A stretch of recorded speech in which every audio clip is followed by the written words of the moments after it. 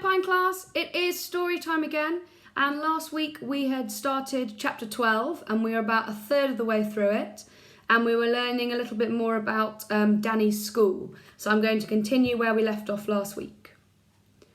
Mr. Snoddy, our headmaster, took the top form, the 11-year-olds, and everybody liked him. He was a small round man with a huge scarlet nose. I felt sorry for him having a nose like that. It was so big and inflamed that it looked as though it might explode at any moment and blow him up. A funny thing about Mr. Snoddy was that he always brought a glass of water with him into class, and this he kept sipping right through the lesson. At least everyone thought it was a glass of water. Everyone, that is, except me and my best friend, Sydney Morgan. We knew differently, and this is how we found out. My father looked after Mr. Snoddy's car, and I always took his repair bills with me to school to save postage. One day during break, I went to Mr. Snoddy's study to give him a bill, and Sydney Morgan came along with me. He didn't come for any special reason. We just happened to be together at the time. And as we went in, we saw Mr. Snoddy standing by his desk, refilling his famous glass of water from a bottle labelled Gordon's Gin. He jumped a mile when he saw us. "You should have knocked," he said, sliding the bottle behind a pile of books. "I'm sorry, sir," I said. "I brought my father's bill." "Ah," he said. "Yes, very well. And what do you want, Sydney?" "Nothing, sir," Sydney Morgan said. "Nothing at all." "Off you go then, both of you," Mr. Snoddy said, keeping his hand on the bottle behind the books. "Run along." Outside in the corridor, we made a pact that we wouldn't tell any of the other children about what we'd seen. Mr. Snoddy had always been kind to us, and we wanted to repay him by keeping his deep, dark secret to ourselves. The only person I told was my father, and when he heard it, he said, "I don't blame him one bit. If I was unlucky enough to be married to Mrs. Snoddy, I'd drink something a bit stronger than gin." "What would you drink, Dad?" "Poison," he said. "She's a frightful woman." "Why is she frightful?" I asked. "She's a sort of witch," he said, "and to prove it, she has 7 toes on each foot." "How do you know that?" I asked. "Doc Spencer told me," my father answered. And then, to change the subject, he said, "Why don't you ever ask Sydney Morgan over here to play?" Ever since I started school, my father had tried to encourage me to bring friends back to the filling station for tea or supper, and every year, about a week before my birthday, he would say, "Let's have a party this time, Danny.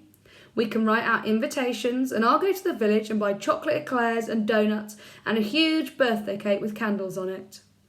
But I always said no to these suggestions, and I never invited any other children to come to my home after school or at weekends. That was because I didn't have good friends. I had lots of them. Some of them were super friends, especially Sydney Morgan. Perhaps if I lived in the same street as some of them, instead of way out in the country, things would have been different. But then again, perhaps they wouldn't. You see, the real reason I didn't want anyone else to come back and play with me was because I had such a good time being alone with my father. By the way, something horrible happened on that Thursday morning after my father had left me at the school gate and gone off to buy the raisins. We were having our first lesson of the day with Captain Lancaster, and he'd set us a whole bunch of multiplication sums to work out in our exercise books. I was sitting next to Sydney Morgan in the back row, and we were both slogging away. Captain Lancaster sat up at the front of his desk, gazing suspiciously around the class with his watery blue eyes. And even from the back row, I could hear him snorting and snuffling through his nose like a dog outside a rabbit hole. Sydney Morgan covered his mouth with his hand and whispered very softly to me, "What are 8 9s?" "72, I whispered back. Captain Lancaster's finger shot out like a bullet and pointed straight at my face. "You," he shouted. "Stand up." "Me, sir?" I said. "Yes, you blithering little idiot." I stood up. "You were talking," he barked. "What were you saying?" He was shouting at me as though I was a platoon of soldiers on the parade ground. "Come on, boy, out with it." I stood still and said nothing. "Are you refusing to answer me?" he shouted. "Please, sir," Sydney said. "It was my fault. I asked him a question." Oh, you did you? Stand up. Sydney stood up beside me. And what exactly did you ask him? Captain Lancaster said, speaking more quietly now and far more dangerously. I asked him what 8 9s were, Sydney said. And I suppose you answered him, Captain Lancaster said, pointing at me again. He never called any of us by our names. It was always you, or boy, or girl, or something like that.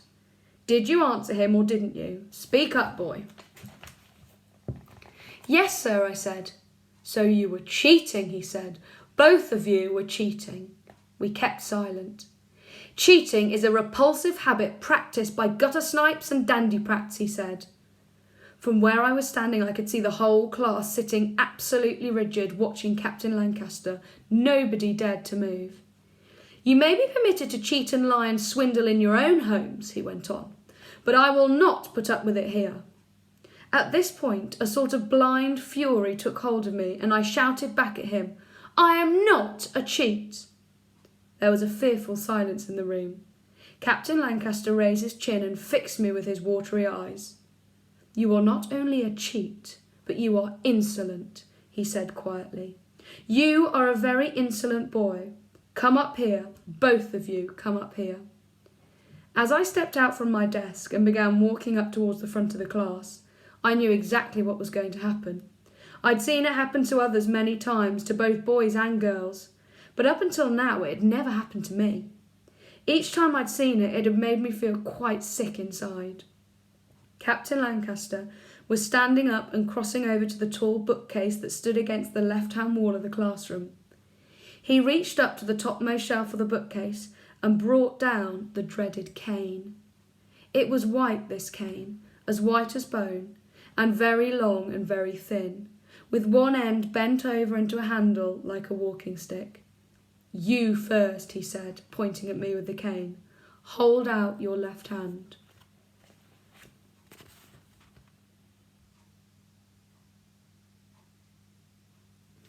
And we're going to have to stop there for today, I'm afraid. Tomorrow we'll find out what happens to Danny and his friend Sydney.